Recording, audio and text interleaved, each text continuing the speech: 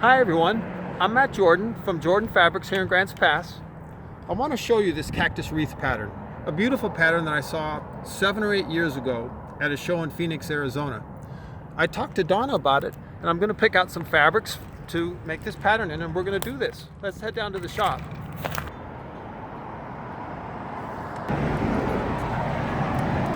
This pattern takes 2.5-inch strip sets, the Cactus Wreath. And over here on this table, we have these beautiful 2.5-inch strip sets from all the companies that we purchased them from.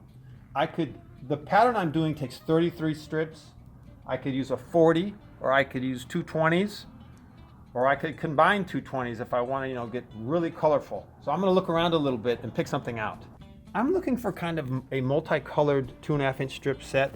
This pattern lends itself to multiple colors very nicely. I could go with the red and green here, but I think I'll change it up and go with this purple and blue with maybe a white background. That'll be awesome. I'm going to take a little walk here to the solid fabrics. I think I like this white the best. It will really pop off there. I'm going to hurry and get this right down to Donna so she can get started.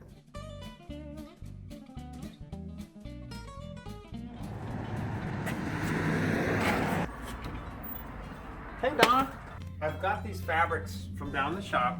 Okay. And I don't know if you remember, but the Cactus Wreath pattern, Yes, I do. we've been admiring that for a long time. Yeah. And I would like to do it, if you think it'd be nice, out of this 2.5-inch strip set, those colors there. That will look This great. white as the background. Okay, I'm seeing it. What do you say? That will look great. Yeah, let's get this started. Let's get it going. The first thing we need to determine is which color is going to be which when we look at the pattern there. So we've got red and green, but I've got purple and blue. So the back of the pattern says we need 11 strips of one color and 22 of the other. So we're going to use 11 of the purple and 22 of the bluer aqua. Now the colors showing in the pattern make it look Christmassy because of course they're red and green. But it's really fun when you've got different colors to see how cool the pattern will look in these other colors, because it's not a Christmassy pattern. There's no Santas or stars or anything. It just looks Christmassy because it's got those colors. So when we change it up, we're going to get a completely different look. So I'm going to count off how many strips I need, and then I'm going to follow the pattern to get these sub-cut into the sizes the pattern tells me to do.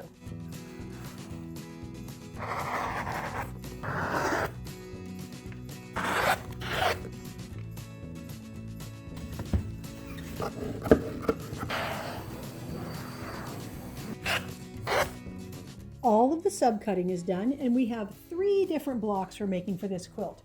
We have a log cabin block, and then we have a block that's going to go on the edges, and then we have a block that is going to look somewhat like a flower. You can't really tell right now, but the block is really pretty when it's done, and this is the one we are going to start stitching on.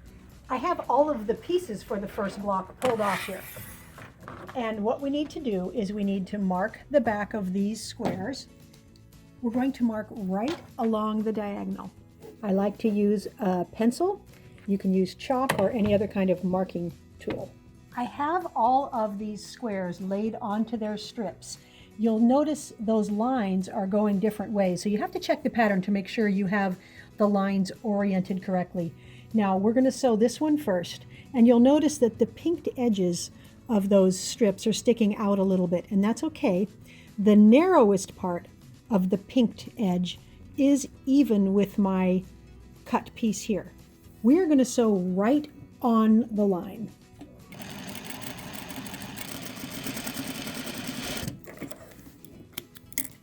Now we are going to open this up, and I'm going to have all of those extra seam allowances there pressed toward the dark side. And I can finger press it now, but I'm going to take it over to the ironing board and use the iron. But first I'm going to sew all of these, and every single one, the seam allowances are going to go towards the dark side.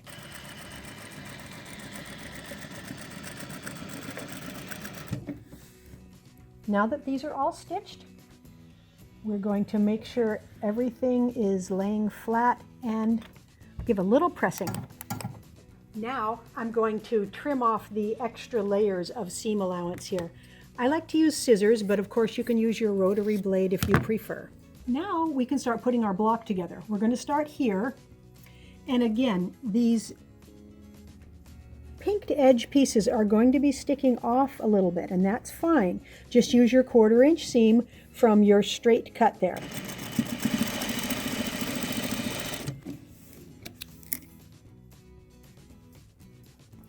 That seam allowance is going to go that direction. The pattern gives you exact arrows for which way each seam allowance is going to go, and I would follow that because it is very helpful. I'm going to stitch this one next, then I'm going to add these guys, and then these guys, and then these guys, and the block will be done. These blocks are really fun to make. Look at how nice that turns out. It looks like a flower. That's why they call it the flower block. Now I finger pressed as I was sewing, so the seam allowances are laying the way I want them to go, and I like to just hand press it a little first, then dry iron, then the steam. Now that the first block is all done, we can move on to the second block. Here's the pieces for the second block.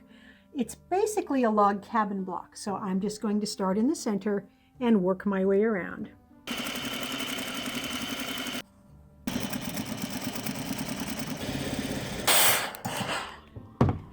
Second block is all done. Now we're going to move on to the third block. Block number 3 is pretty easy. We just have a few seams in this block. Now I'm still going to keep pressing all of my seams towards the dark side, finger pressing first and then taking it over to the iron and steam pressing it once the block is done. We have the third block all done. Now for block number 3, half of them are made the same way, but they're a mirror image. That's only on block number 3. So I'm going to go ahead and make the rest of each of the blocks that I need so we can start laying the quilt out. I can't wait to see what all these blocks are going to look like when we spread them out. So here's the 3 different blocks, and I'm going to use the picture to start laying this out. So we're going to start in the corner down here, and I'm going to spread these out, and then I will go through and change them for color after we get more of them on the table here. I have most of the quilt laid out. I really love how it's turning out. I can't fit my last row on the table, but I can really see those colors are just popping. I can't wait to get this stitched up and get it onto the long arm. The Cactus Wreath quilt is ready for us to quilt now. So I've brought some thread colors over that might look really good on here. I know my thread is going to show a little bit on the white no matter what color I use. Now this one, let's take a little bit off. This is not going to show very much in the patchwork, but it's going to show a lot in the white. Lavender was one of my other choices. This is going to show a little bit in the white, and it's also going to show a little bit in the dark. That would be a good choice. This very light aqua, again, only shows a little there. It's going to show a little more there. I think I'm going to go with the lavender. Since my thread is going to show in this pattern, I'm really going to be careful with the quilting pattern I pick. I think this is the one I'm going to use, but I had a couple other options. I like that pattern. It's got some swirls in it. There's one more that might work well. Now this is roses. It's a special kind of rose, and they look a little bit like the Cactus Wreath roses. So that one, I think actually that one will look the best, so that's what I'm going to go with.